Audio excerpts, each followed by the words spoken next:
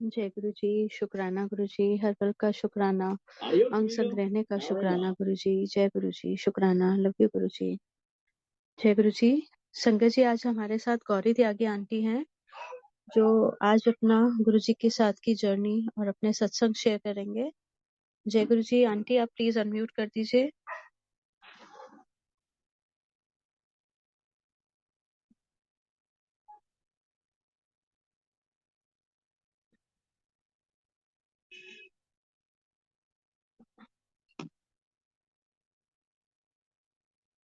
गौरी त्यागी aunty, आप please unmute कर सकते हैं।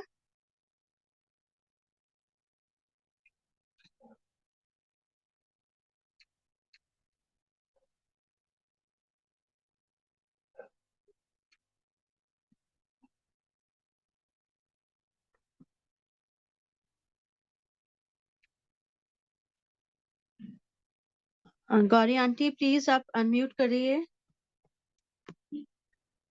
जय गुरु जी आंटी। जय गुरु जी। जय सो गुरु जी। सॉरी, आई थिंक इंटरनेट में प्रॉब्लम था थोड़ा सा। कैन आई स्टार्ट माय सत्संग नाउ? हाँ जी आंटी, प्लीज। जय गुरु जी। जय गुरु जी, शुक्राना गुरु जी। जय Guru ji. Thank you aunty for giving me this सेवा। Thank you so much. Guru ji की बड़ी कृपा है जो सेवा मिली है आपको भी। बहुत गुरु जी की कृपा है जो आप ये सत्संग होस्ट कर रहे हैं। और सारी संगत को मेरा प्रणाम। आज शिवरात्रि बहुत पास है, 2 दिन बाद। तो मैं यही कहूंगी कि मैं यहीं से शुरू करूंगी। एक बारी जब मैंने गुरु जी के पास जाना शुरू किया था 2001 में, जब फर्स्ट बड़े मंदिर में गुरु जी का बर्थडे हुआ था, फर्स्ट फंक्शन हुआ था, तो उस दिन मैं वहां पे गई हुई थी। और जब मैं बैठी थी तो मेरे बहुत गर्मी थी, वहां पे बहुत गर्मी थी। जुलाई में आपको पता है कितनी गर्मी होती है। और संगत आई जा रही थी, आई जा रही थी, और गुरु जी बैठे हुए थे। गुरु जी दिख भी नहीं रहे थे। ऐसा नहीं कि आप गुरु जी पे फोकस कर रहे हो। तो मुझे थोड़ा सा लग रहा था कि यहाँ बहुत बोरिंग है, चलो मैं आज के बाद यहाँ पे कभी नहीं आऊंगी। आई जस्ट थॉट कि मैं आज के बाद यहाँ पे कभी नहीं आऊंगी, और मेरे लिए एम्पायर स्टेट ठीक है। और जैसे ही मैंने सोचा, मेरे साथ एक लेडी बैठी हुई थी, और गुरुजी आपको हर बात का जवाब दे देते हैं।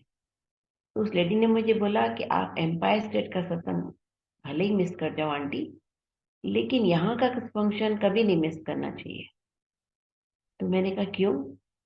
तो उन्होंने कहा ये महा ब्लेसिंग्स के डेज होते हैं, जो गुरु जी के फंक्शन के डेज होते हैं 5, महाशिवरात्रि, उसके बाद बैसाखी, और birthday, Guru Purnima and new year. महासमाधि उसके बाद ऐड हुआ है गुरु जी के जाने के बाद।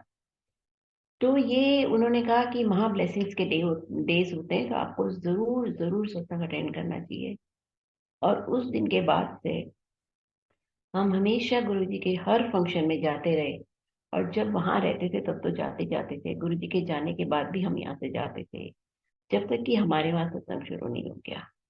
तो जिस दिन से मैंने वो फंक्शन अटेंड किया था फर्स्ट, उससे आज तक ऐसा कोई फंक्शन नहीं जो हमने अटेंड ना किया हो गुरु जी का। तो गुरु जी का मैसेज है, आपको हमेशा हुक्म फॉलो करना चाहिए।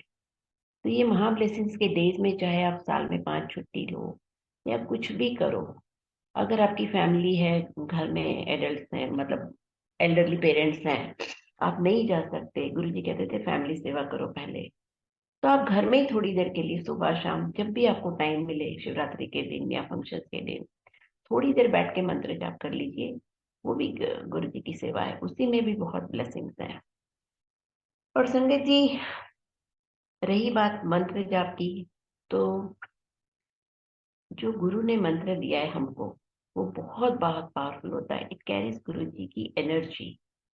गुरु जी की सारी एनर्जी उसमें है। उस एक गुरु के मंत्र में सारी गुरु की पावर होती है, गुरु का रूप होता है मंत्र। तो हमको हमेशा, जब हम गुरु से कनेक्ट हो जाते हैं, पूर्ण गुरु से, हमको सिर्फ और सिर्फ गुरु का मंत्र करना चाहिए। क्योंकि जब आप मंत्र जाप शुरू भी करते हो, तो आई थिंक फ्यू थाउजेंड्स के बाद वो मंत्र चार्ज होता है अपनी बॉडी में। आप शिवपुराण जिन्होंने ध्यान से पढ़ी है, उसमें एक पूरा सेंटेंस लिखा हुआ है कि कोई भी मंत्र, जो भी आप एक मंत्र करो, वो जन्म से मृत्यु पर्यंत एक ही मंत्र का जाप करना चाहिए। ये नहीं कि एक दिन आपने महामृत्युंजय कर लिया, एक दिन हनुमान जी का मंत्र कर लिया, कभी शनि का ग्रह गया तो किसी पंडित ने बताया आपने शनि का कर लिया, मंगलवार का कर लिया, या एक दिन हनुमान देवी माँ का कर लिया। ऐसा नहीं होना चाहिए, एक ही मंत्र किया करो। और जब आपको गुरु मिल जाए तो आपको गुरु मंत्र ही करना चाहिए। इतनी मेरी अंडरस्टैंडिंग अभी तक हुई है और गुरु जी ने मुझे यही समझाया है। 2007 में गुरु जी जब चले गए तो हाँ, मैं यहाँ आने के बाद, मैं इंडिया में नहीं रहती, मैं हमेशा इंडिया की संगत से ना फोन कर करके सत्संग सुनती रहती थी। तो एक दिन हमने 5 फोन किए, 5 डिफरेंट संगत को फोन किए। दिल्ली में किसी ने फोन नहीं उठाया। उसके बाद मैंने जलंधर में रमा बहन रहती हैं आंटी, मैंने उनको फोन किया तो उन्होंने हमको आधा घंटा सत्संग सुनाए। और उनके बाद हमने मास्टर जी को फोन किया। Master ji for last 6 months guru ji की सेवा में थे। तो जब मैंने उनको फोन किया, मैंने इतना ही बोला था, हेलो मास्टर जी। तो मास्टर जी ने कहा, आप 5 फोन कर चुके हो, रमा बेल से आपकी बात हो गई, मंत्र जाप किया करो। एंड वी वर शॉक, मेरी साथ 2-3 लेडीज भी बैठी थी कि इनको कैसे पता कि हम 5 फोन दिल्ली में कर चुके हैं, रमा बेल से हमारी बात हुई है। और मास्टर जी खुद जलंधर में रहते थे। तो मैंने फिर मास्टर जी को दोबारा फोन किया। मैंने कहा मास्टर जी आपको कैसे पता कि हम 5 फोन दिल्ली में कर चुके हैं और जलंधर में आंटी से हमारी बात हुई है। तो उन्होंने कहा ये हेड क्वार्टर है, यहाँ पे सब कुछ पता लग जाता है। तो master ji, Guru ji was speaking through master जी। तो मास्टर जी के थ्रू गुरु जी ने हमें मैसेज दिया था कि मंत्र जाप किया करो। और ये देखिए, मैं फॉर सम रीजन मेरी लाइफ बहुत फास्ट थी और गुरु जी के जाने के बाद एक बहुत बड़ी प्रॉब्लम आ गई थी और बहुत डिप्रेस रहने लगे थे। गुरु जी भी चले गए, समझ नहीं आता था कि क्या करें। तो मंत्र जाप मैंने कभी शुरू किया ही नहीं, मैंने कभी गुरु जी का पाठ किया ही नहीं। और फिर 2015 में गुरु जी ने मुझे एक स्ट्रॉन्ग मैसेज दिया कि भाई पाठ किया कर। 2015 में एक दिन रात को मैं सो रही थी और मुझे एक आवाज सुनाई दी नींद में, चल उठ शरीर छोड़ने का समय आ गया है। सॉरी, वो सेंटेंस था, 2:45 बज रहे हैं, चल उठ शरीर छोड़ने का समय आ गया है। और मैं एकदम घबरा के उठ गई। मैंने साइड टेबल से मोबाइल उठाया, देखा तो it was 2:36 in the morning. इसका मतलब 9 मिनट बचे थे 2:45 में। अगर 2:45 के बाद का टाइम होता तो मैं सोचती चलो ड्रीम देखा है, कोई बात नहीं। लेकिन अभी तो 2:45 बजने में 9 मिनट थे। तो मैंने कहा ये सच भी हो सकता है अगर मैंने सुना है तो। और मैं 1 मिनट के लिए सोचने लगी कि क्या करूं, अपने हस्बैंड को उठाऊं। फिर मुझे लगा नहीं, मैं हस्बैंड से 9 मिनट में क्या बात करूंगी, यही बोलूंगी लॉकर की चाबी इधर रखी, बच्चों को ये कहना। तो गुरु जी आपको ऐसे में भी गाइड करते हैं। मैंने सोचा जो होगा देखा जाएगा, कोई बात नहीं। और मैंने आंखें बंद करके गुरु जी का मंत्र जाप करना शुरू किया। संगत जी मैंने 9 मिनट, 10-15 मिनट, 10-12 मिनट मंत्र जाप किया होगा। और फिर मुझे लगा नहीं नहीं, 9 ही मिनट तो बचे थे, अब तो टाइम हो गया। मैंने आंख खोल के देखा तो 250 हुए थे। देखिए इतने कम टाइम में मैंने मंत्र जाप किया और फिर गुरु जी ने मुझे न्यू लाइफ दी। और आप बिलीव नहीं करेंगे कि जब मैं आंख बंद करके मंत्र जाप कर रही थी तो मेरी विंडो के बाहर मैंने गुरु जी को व्हाइट कपड़ों में खड़े हुए देखा था। जब मैं गुरु जी के पास जाती थी, गुरु जी ने मुझे एक दिन कहा था, गुरु जी ने मेरा नाम चेंज किया था। गुरु जी कभी कुछ एक्सप्लेन नहीं करते थे, वो जो बोलते थे आपको हुक्म फॉलो करना होता था। गुरु जी, एक सेकेंड, हाँ, मैं 1 मिनट बात कनेक्ट करती हूँ।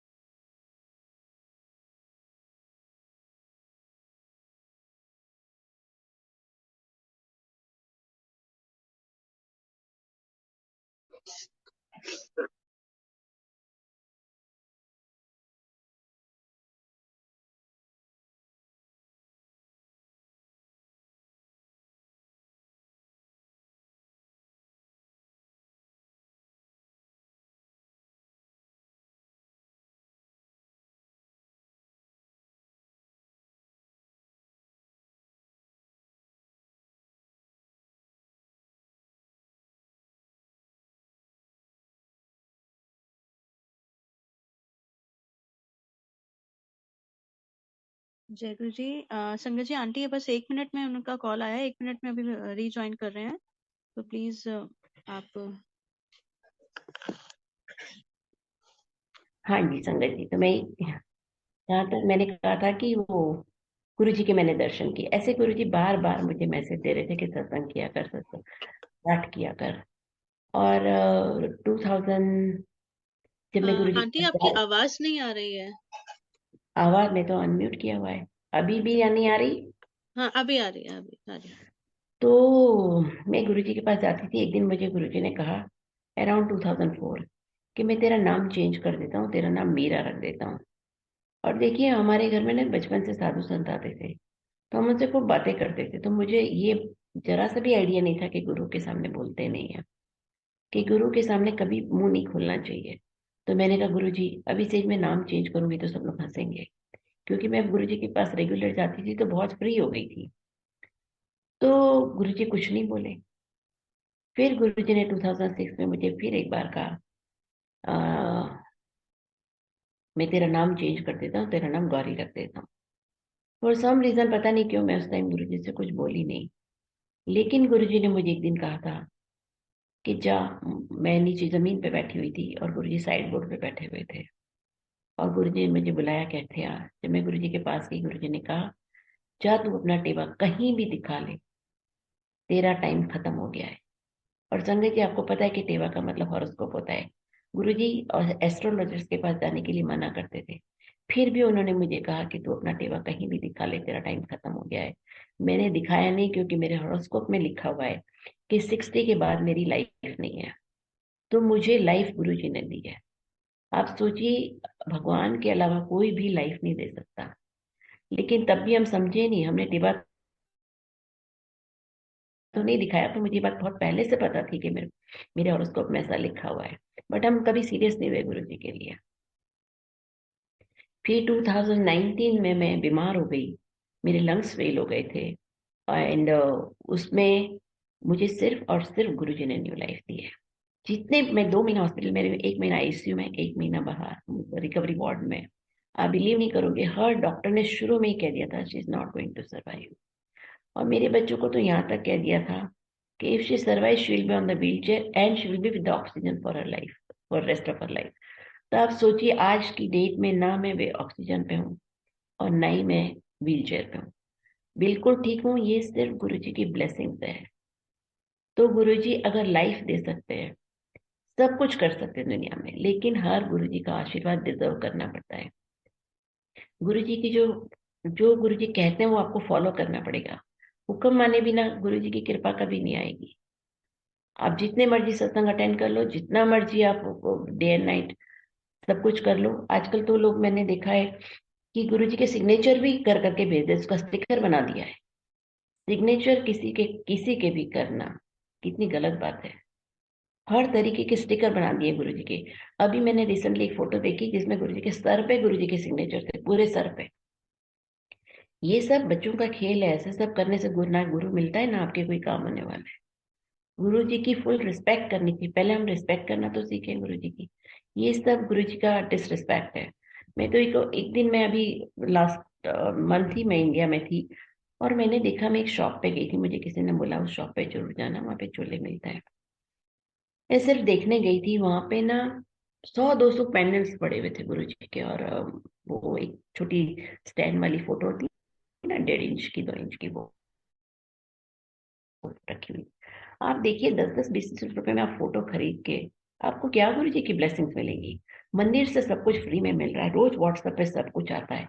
आप गुरु जी के नाम को, गुरु जी के आशीर्वाद को बिजनेस नहीं बना सकते, और आपको खरीदनी भी नहीं चाहिए। जिसपे जो टेबल पे फोटो रखी, कितनी डस्ट चढ़ी होगी उनके ऊपर, वो क्या 200 फोटो रोज थोड़ी ना सुबह साफ करते होंगे, जितने छोटे छोटे पीसेस रखे हैं। आपको मंदिर से सब कुछ मिल रहा है, मत सिर्फ और सिर्फ भक्ति से ही आप गुरु जी को पा सकते हो। मैंने अपने 20 साल की एसोसिएशन में गुरु जी के साथ यही सीखा है कि जब तक आप गुरु जी को नहीं भक्ति करोगे, आपको कुछ भी नहीं मिलेगा। जितने मर्जी आप ड्रामे कर लो, भक्ति से ही आप भगवान को पा सकते हो। पहले हम रिस्पेक्ट करेंगे, तभी तभी तो कुछ भक्ति करेंगे ना। हम गुरु जी की कहाँ से बात मानते हैं? जब तक गुरु जी का हुक्म नहीं मानोगे, तब तक आपको कुछ भी नहीं मिलेगा। क्योंकि गुरु जी आशीर्वाद फ्री में नहीं देते थे, आशीर्वाद डिजर्व करना पड़ता है, जो हम लोग आशीर्वाद का भी मन मिसयूज करेंगे। गुरु जी ने इतनी इतनी कृपाएं देखी, मुझे भी 20 साल लगे गुरु जी को समझने में। भगवान है कुछ समझ नहीं सकते, बट हाँ अब मैंने जाके गुरु जी को फॉलो करना शुरू किया मेरी बीमारी के बाद से। इतने इतने मुझे गुरु जी ने ड्रीम्स दिखाए थे। मैं जब बीमार हुई थी, क्योंकि गुरु जी को पता था मैंने कभी पाठ नहीं किया, जबकि मैं 2001 से गुरु जी के पास जाती थी।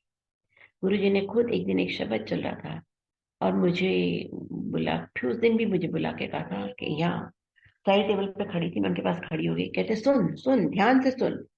और उस शब्द की लाइन में था, अपने बराबर सोना भी रोज, अपने वेट के इक्वल रोज आप सोना भी दान करो, गोल्ड भी दान करो, that is also not equal to nitnem. तो नित नेम जो भगवान कहते हैं कि सुबह शाम प्रेयर करनी चाहिए, आप सुबह शाम नहीं कर सकते, गुरु जी बहुत प्रैक्टिकल गुरु है। वो कहते थे जैसे मर्जी करो, चलते फिरते करो, उठते बैठते, अगर आप प्रेयर ही नहीं करोगे, रोज को याद ही नहीं करोगे, तो आपका कनेक्शन कभी नहीं बनेगा। और जब कनेक्शन नहीं बनेगा तो आपके काम भी कैसे होंगे, आप सोचो। गुरु जी कई लोगों को कहते थे पहले कनेक्शन बना, कोई कोई आता था, गुरु जी कहते थे हाँ जी मेरा कनेक्शन है इसके साथ, गुरु जी खुद ही कहते थे। तो इसलिए ना आपको गुरु जी का हुक्म मान, आप कुछ भी का सेवा नहीं कर सकते कोई बात नहीं, आप मंत्र जाप कर सकते हो जिसमें आपकी कोई एनर्जी नहीं लगती, नहीं आपकी फिजिकल एनर्जी लगती है, ना कुछ आपको सोचना है, ना कहीं बैठना है। गुरु जी ने सबको फ्री किया हुआ है, इतने प्रैक्टिकल गुरु है हमारे। एक दिन गुरु जी के पास में बैठी हुई थी, तो गुरु जी ने मुझे कहा, मेरे हस्बैंड ने मुझे कहा था, नहीं तो ऐसा सवाल मैं पूछती नहीं शायद, कि मुझे गीता का पाठ पढ़ना था। और गुरु जी ने मुझे कहा कि गुरु जी ने जब मुझे अपने पास बुलाया तो मैंने अंकल को बोला था, अंकल मैं अभी पाठ नहीं पढ़ूंगी, गुरु जी का गीता, सॉरी गीता का पाठ नहीं करूंगी, क्योंकि मैं जब गुरु जी के पास जाऊंगी तो मैं गुरु जी से पूछूंगी तब करूंगी। तो अंकल भी थोड़ा सा अपसेट हो गए, बोले गीता पढ़ने के लिए तुम गुरु जी से पूछोगी? मैंने कहा हाँ मैं गुरु जी से पूछूंगी, उसके बाद गीता का पाठ करूंगी। और जब मैं नेक्स्ट ट्रिप में गुरु जी के पास गई, मैंने कहा गुरु जी मैं गीता पढ़ूं? तो उन्होंने कहा नहीं। मैंने कहा गुरु जी मैं रामायण पढ़ूं? तो उन्होंने कहा नहीं। फिर उन्होंने जोर से हंस पड़े शिव जी, और फिर उन्होंने कहा तू शिव पुराण पढ़ा कर। और एक दिन ऐसे ही मुझे, मैं जिस दिन ये पूछा था उसके बाद ही गुरु जी ने मुझे एक बात और लाइन कही थी। गुरु जी ने कहा तू दोनों कुड़ियां का ब्याह कर ले, फिर शिव जी को मत्था मारती रहना। तब मैं से समझती नहीं थी गुरु जी क्या बोल रहे हैं, कैसे बोल रहे हैं, मुझे कुछ नहीं समझ में आती थी।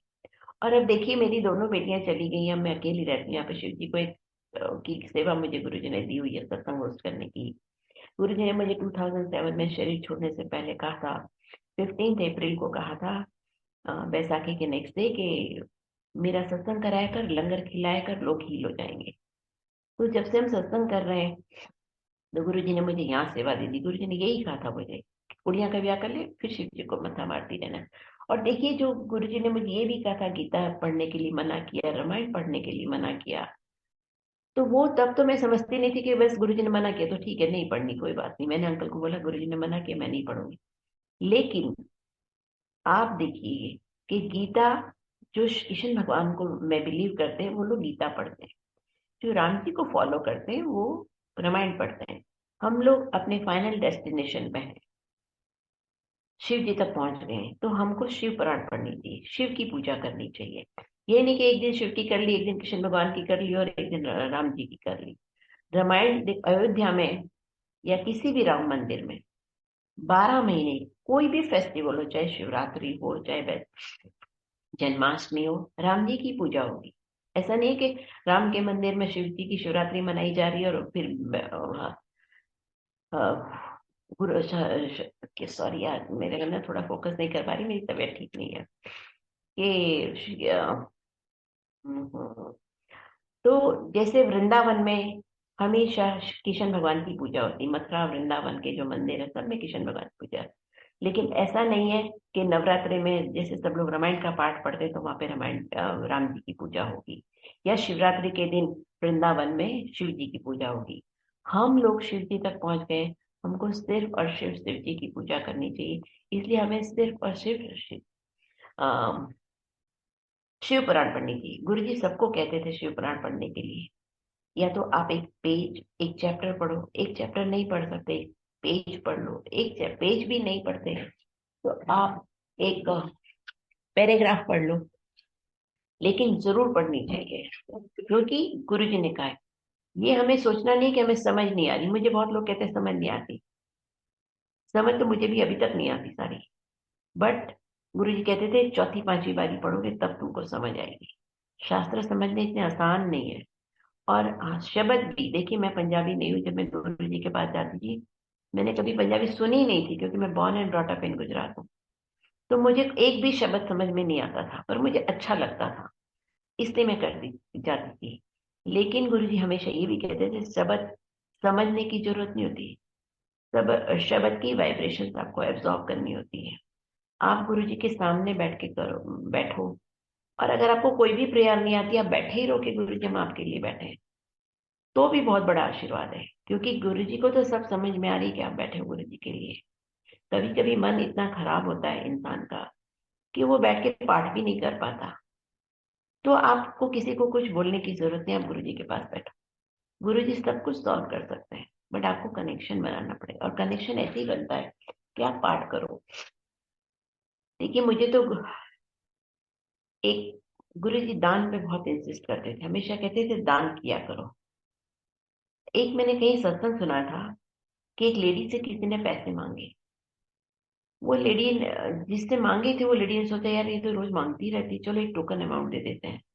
टोकन अमाउंट से क्या होता है, आप भी खुश हो गए कि आपने दान कर दिया, उसका तो कुछ काम होगा ही नहीं, और वो तो इंसान आपसे दोबारा तो मांग ही नहीं सकता।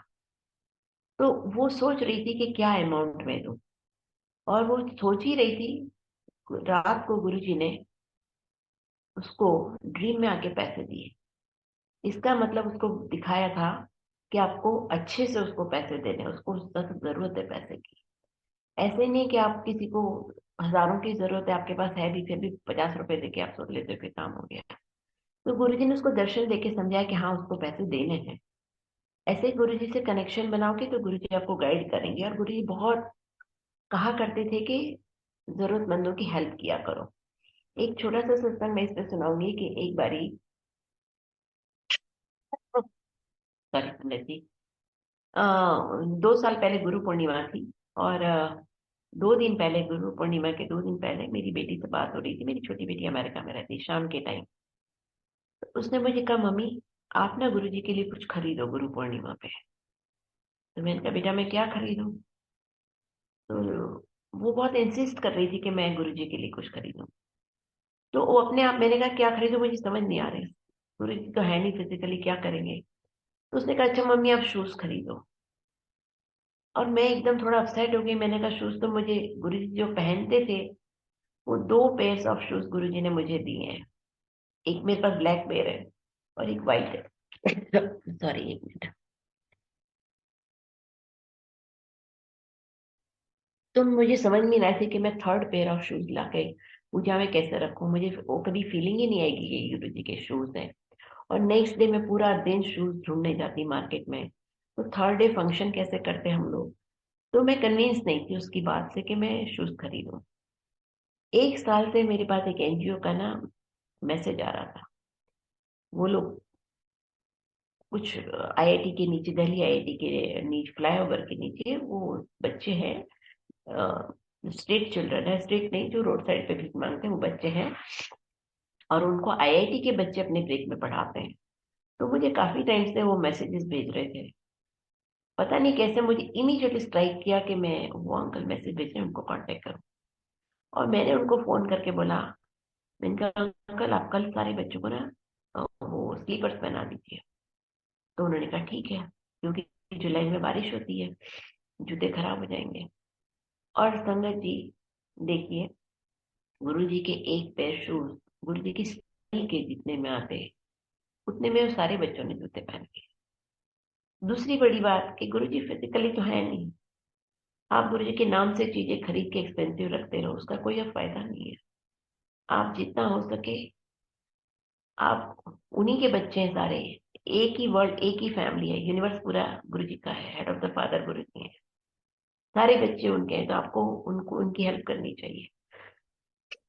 तो जब बच्चों ने शूज पहन ली तो उन्होंने मुझे फोटो वोटो भेजे, और नेक्स्ट डे सुबह जब मैं गुरुजी के पास बैठी थी, मैं मेडिटेट कर रही थी, मैंने देखा गुरुजी का लेफ्ट फुट आगे था, मेरे आगे, और उसमें गुरुजी ने स्लीपर पहना हुआ था एक पैर में। मतलब गुरुजी ने कहा कि मुझे समझा दिया क्या, तूने जो किया ठीक किया। आजकल क्या होता है कि लोग इतना पार्टी टाइप सत्संग करने लगे हैं, दरबार में इतना पैसा लगा देंगे, लेकिन आप जिनको सख्त जरूरत है उनको आप सिर्फ टोकन अमाउंट देते हो, क्योंकि आपको सेटिस्फेक्शन हो जाती है कि आपने दान किया। आपको रियली ढूंढना चाहिए कि किसको सख्त जरूरत है और उनकी हेल्प करनी चाहिए। आप नहीं भी बहुत बड़ा दरबार बनाओगे, गुरु जी को कुछ भी नहीं चाहिए। गुरु जी ने अपनी फिजिकल लाइफ में किसी से कुछ नहीं लिया, एक पैसा नहीं लिया, तो इसलिए गुरु जी को कुछ नहीं चाहिए, आपकी श्रद्धा चाहिए। ये सब, अगर आपको गुरु जी का आशीर्वाद चाहिए तो सिर्फ एक ही चीज से मिल सकता है, भक्ति से। इन सब चीजों से कुछ नहीं होता। और एक बारी गुरु जी ने, मैं बताऊं, देखिए मैं गुरु जी के पास गई थी अपनी छोटी बेटी को ठीक कराने के लिए, उसको व्हाइट पैचेस थे। तो गुरुजी ने मुझे फर्स्ट डे ही डांट दिया। और जब गुरुजी ने मुझे डांट दिया, जब मैं गुरुजी से आज्ञा लेने गई थी फर्स्ट डे, तो गुरुजी ने कहा थर्सडे आना। मैंने कहा गुरुजी मैं तो नहीं आ सकती। बोले क्यों? मैंने कहा मैं वैष्णो देवी जा रही हूँ, मेरी बुकिंग है। तो उन्होंने कहा फिर क्या करने आएगी यहाँ पे, वहीं चली जा। वो भी हम तब नहीं समझे थे, पर अब बाद में समझ में आया कि गुरुजी कहते थे एक से जुड़ो, जिसकी भी भक्ति करो। गुरुजी ने कभी ये नहीं कहा मेरी भक्ति करो या मुझसे ही जुड़ो। आप जिसकी भी भक्ति करो, एक की भक्ति करो, पूरी एनर्जी अपनी उसमें लगाओ। लेकिन धीरे धीरे गुरु जी की कृपा थी कि हम फिर गुरु जी के पास ही टिके रहे।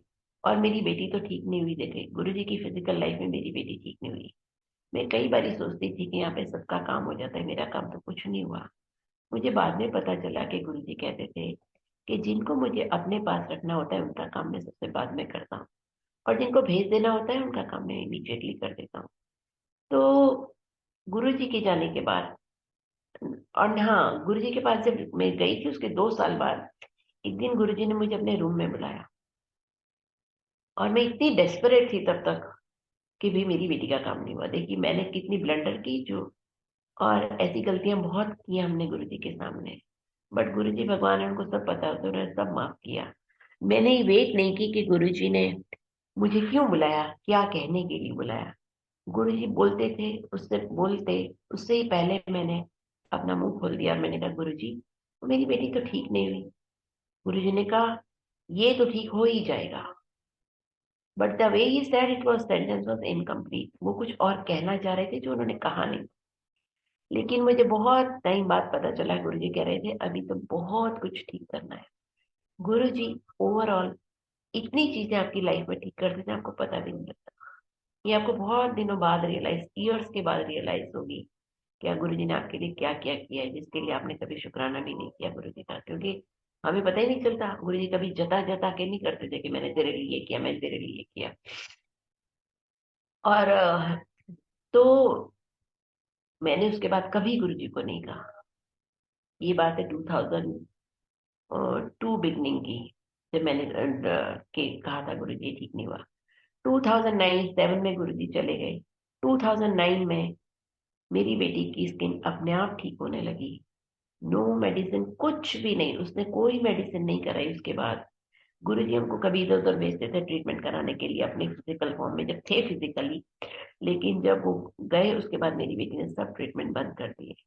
2009 में अपने आप उसका ठीक होना शुरू हो गया, और 2010 तक, 1 साल में 90% उसका ठीक हो गया। जैसे गुरुजी कहते थे ना, 90% मैं ठीक कर देता हूँ, 10% आपको अपना कर्म भुगतना पड़ता है।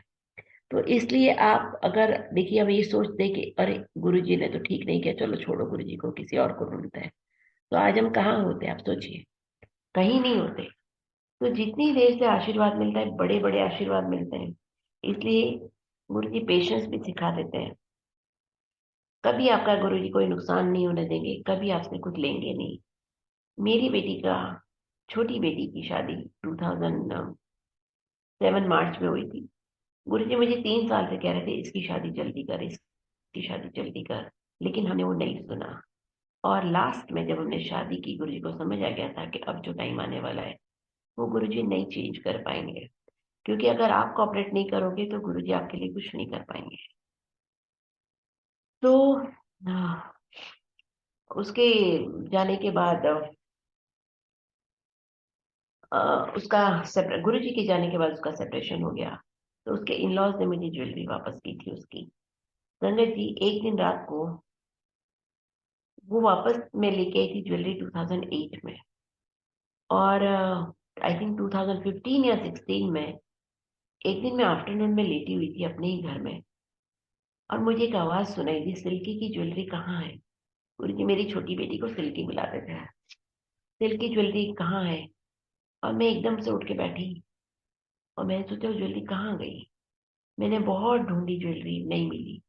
मैंने उसी टाइम बैठ के बहुत ध्यान से सोचा। मैंने जितनी बार भी इतने सालों में लॉकर खोला है, मुझे कभी उसकी कोई ज्वेलरी दिखाई नहीं दी। फिर मैंने अपनी सिस्टर को फोन किया, उसने कहा जब इतना बड़ा लॉस अपनी बेटी का हो गया तो उस ज्वेलरी को भूल जा और कभी याद मत करना, और चली गई तो चली गई। और संगत जी मैं भी भूल गई। उसने मुझे कहा किसी को मत बताना, मैंने किसी को नहीं बताया। और फिर जब मैं इंडिया गई, मैंने लॉकर खोल के देखा, उसमें कुछ भी नहीं था उसका। फिर अंकल आ गए, मैंने अंकल को भी नहीं बताया था। फिर अंकल आ गए यहाँ पे। फिर हम नेक्स्ट ट्रिप में, अंकल पहले आ गए थे और मैं बाद में 4-5 दिन वहां पे रुकी हुई थी दिल्ली में। तो जो बड़े मंदिर से हम लोग आते थे सत्संग के बाद, रात को 10-11 बजे मैं वापस आती थी अपने घर। तो मैं हर रोज एक कमरा खाली करके, पूरी कबर्ड्स खाली करके देखती थी कोई ज्वेलरी गई कहाँ, अगर लॉकर में नहीं है तो। क्योंकि वो इतना बड़ा बैग कोई उठा के नहीं लेके जा सकता। और संगत जी हर रोज मैं देखती थी। फोर्थ डे मैंने लास्ट एक कबर्ड रह गई थी, वो खोल के देखी रात को 11-12 बजे। और मैंने जैसे ही वो कबर्ड खोली, वो कबर्ड मैंने सालों से नहीं खोली थी, 2008 से नहीं खोली थी। तो सामने ही वो बैग पड़ा हुआ था। मुझे पूरी सारी ज्वेलरी मिल गई। और फिर ज्वेलरी के बाद मैंने रात को ही उसको छोटे छोटे पाउचेस में डाला। नेक्स्ट डे मैं लॉकर में रख के आई और थर्ड डे मेरी फ्लाइट थी। तो गुरुजी ने पूरी ज्वेलरी संभलवा भी दी। गुरुजी कभी किसी का कोई नुकसान नहीं करते। जब मेरी बेटी का सेपरेशन हुआ था तो मुझे एक अंकल ने कहा था कि गुरुजी किसी से कुछ नहीं लेते, सब कुछ प्योरीफाई करके आपको वापस दे देते हैं। तो आपको ऐसा लगता है। एक सत्संग में और मुझे इस पे याद आ रहा है कि मुझे किसी ने सुनाया था कि किसी का छोटा सा स्टूडियो था, कोई यंग लड़का था, उसका छोटा सा स्टूडियो था। और वो हमेशा गुरुजी के पास बहुत रेगुलर जाता था। तो गुरुजी ने कहा तू बिजनेस कर। तो उसने कहा गुरुजी मेरे पास पैसे नहीं, कहाँ से बिजनेस करूं। गुरुजी ने कहा कर, सब हो जाएगा। अच्छा, गुरुजी की ब्लेसिंग से सब आ गया उसके पास पैसा, और उसने बिजनेस शुरू किया। धीरे धीरे बहुत फास्ट ग्रो करना लगा वो। फिर गुरुजी ने उसका टेस्ट लेना शुरू किया। उसको नहीं पता था, तब हमें नहीं समझ में आती थी जो गुरुजी बोलते थे। तो गुरुजी ने उसको बोला 10,000 रुपये ले आना। तो उसने दे दिए 10,000। फिर गुरुजी थोड़े दिन बाद बोला 20 ले आना। फिर गुरुजी का 40 ले आना। ऐसे गुरुजी अमाउंट बढ़ाते चले गए, और उसका बिजनेस में भी इतना वो फ्लरिश होने लगा। बाद में एक दिन गुरुजी ने जब लाखों में मांगना शुरू किया, तो उसने क्या किया, एक दिन गुरुजी का लाख ले आना। तो जाके ना वो क्या करता था, सर मुंह झुका, मतलब माथा टेका, गुरुजी से नजरें नहीं मिलाता था, पीछे जाके बैठ जाता था कि गुरुजी कहीं मेरे से कुछ मांग ना ले, कि तो रोज ही पैसे मांगते हैं। फिर एक दिन गुरुजी ने उससे कहा कि तू क्या समझता है, तू मुझे अवॉइड करता है, मुझे समझ नहीं आती कि तू मुझे अवॉइड करता है। तू समझता है मुझे पैसे चाहिए तेरे, आज के बाद यहाँ मत आना, मुझे तेरा एक भी पैसा नहीं चाहिए। और देखिए, गुरुजी सब माफ करते हैं, उसको कंटिन्यू करना चाहिए था जाने के लिए, बट उसने आना बंद कर दिया गुरुजी के पास। और वो फिर वही वापस छोटे से स्टूडियो में आ गया, उसका बिजनेस बिजनेस सब बंद हो गया। तो गुरुजी कभी किसी से कुछ लेते नहीं है। एक बार मेरा घर था एक मेरा घर एक अहमदाबाद में था, और उसका केस चल रहा था 15 साल से। और मैंने गुरुजी को कभी नहीं कहा, गुरुजी के सामने भी चल रहा था, मैंने गुरुजी से कभी कुछ मांगा नहीं कि भाई गुरुजी वो घर खाली करा, उसका केस चल रहा है। लेकिन आज से 5-6 साल पहले मैंने एक ड्रीम देखा था जिसमें गुरुजी, उस घर में एक 6 इंच का लॉक लगा हुआ था, बहुत बड़ा लॉक लगा हुआ था, और गुरुजी उस लॉक को अपने हाथ में लेके खड़े हैं। तो उस दिन मैं ड्रीम देख के समझ गई थी कि जिस दिन गुरुजी खाली करवाएंगे तभी ये केस सॉल्व होगा। और देखिए, जनवरी बिगनिंग में सेकेंड मंडे के दिन वो अपने आप खाली करके चले गए। और कितने साल बाद, 22 साल हो गए इसको। बात को। और 2001 से हम भी गुरु जी से कनेक्टेड है, अब जाके घर खाली हुआ है। ऐसे छोटी मोटी चीजें मांगने से कुछ नहीं होगा, गुरु जी बहुत बड़ी बड़ी चीजें देते हैं। ये तो बहुत छोटी छोटी चीजें घर।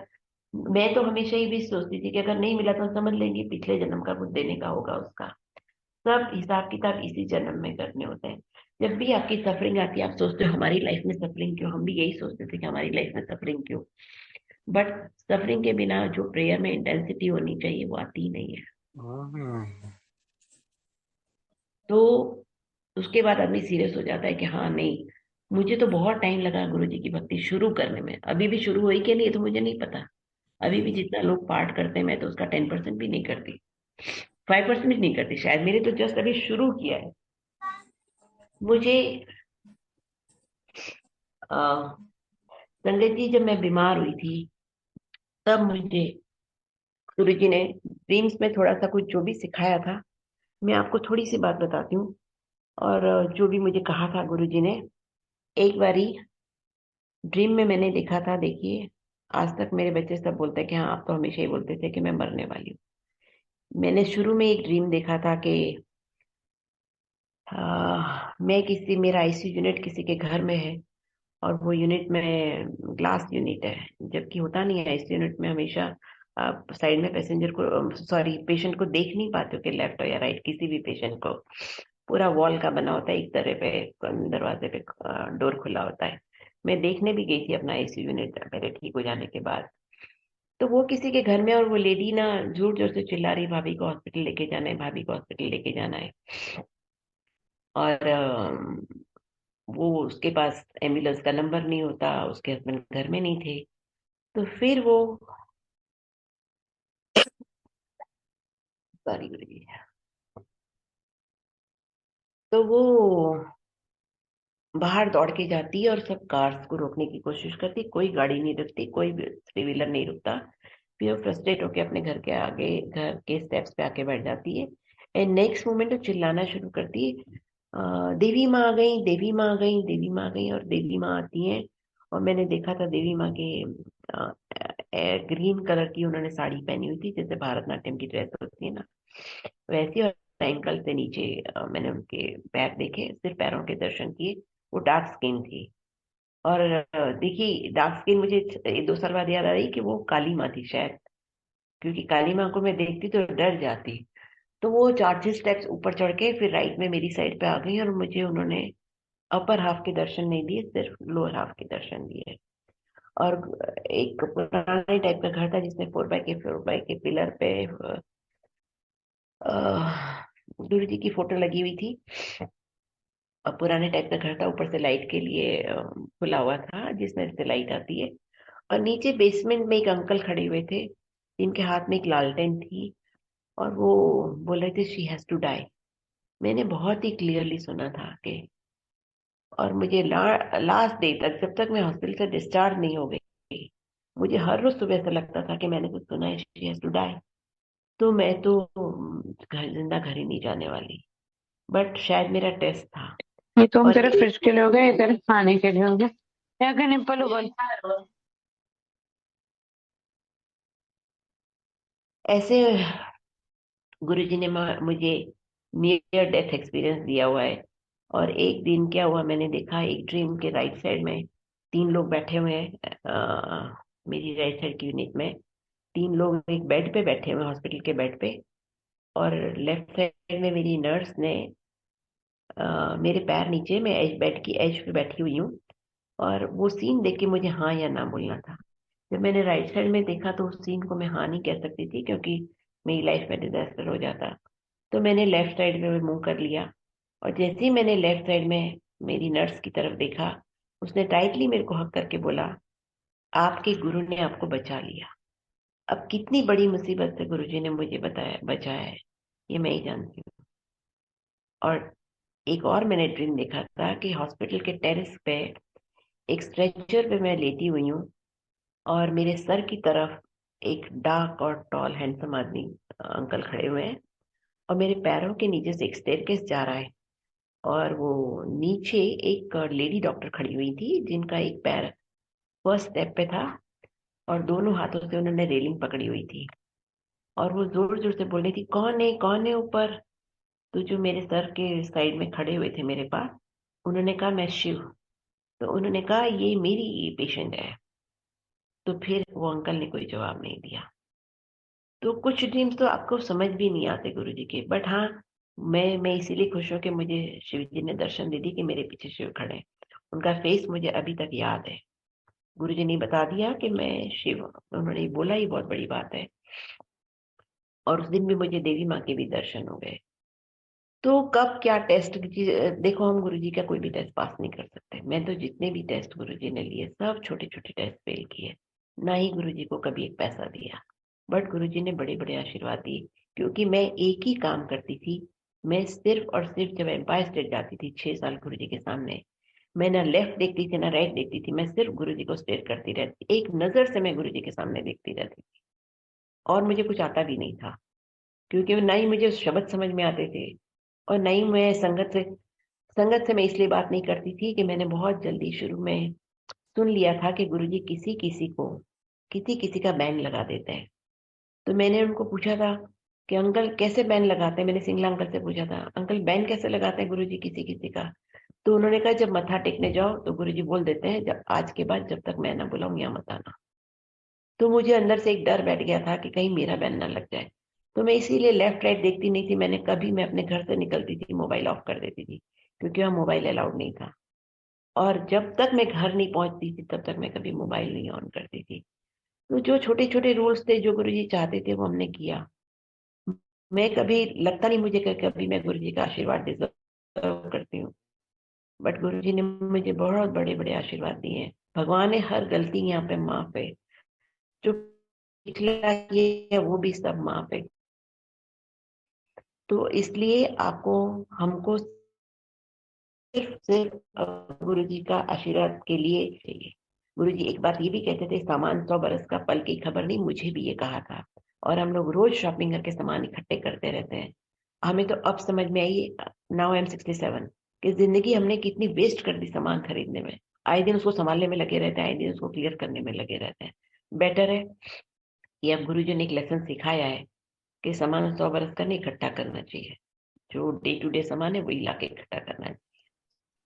जरूरत है वही चीजें खरीदनी चाहिए और लोगों की हेल्प करनी चाहिए। जय गुरु जी संगत जी। Thank you so much aunty, आपने मुझे इतनी बड़ी सेवा दी। और सारी संगत का शुक्राना, गुरु जी का अनंतम शुक्राना। और मेरे से जो भी गलती माफ करे गुरु जी। आंटी मैं जय तो थोड़ी, जय गुरु जी आंटी, जय जय गुरु गुरु जी। जी, जय Guru ji. Thank you aunty, thank you so much. Guru ji का बहुत बहुत शुक्राना, आपका भी शुक्राना। गुरु जी आपको बहुत ब्लेस करें, आपके अंग संग रहें, गुरु जी कृपा करें। जय गुरु जी। आज्ञा लेते हैं, हम एक एक करके शुक्राना करेंगे।